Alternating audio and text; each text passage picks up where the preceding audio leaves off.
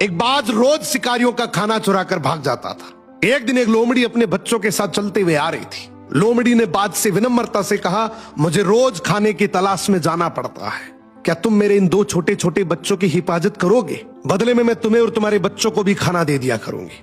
बाज बोला, ठीक है लोमड़ी बहन।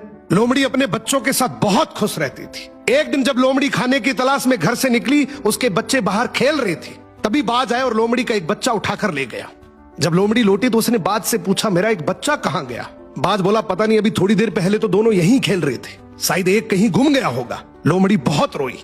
अगले दिन फिर जब लोमड़ी खाने की तलाश में गई तो बाज उसका दूसरा बच्चा भी उठाकर ले गया।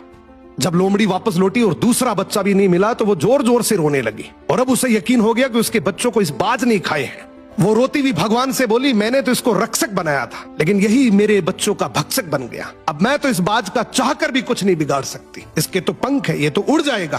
तूने तो इसको पंख दिए हैं, तू इसका हिसाब कर सकता है।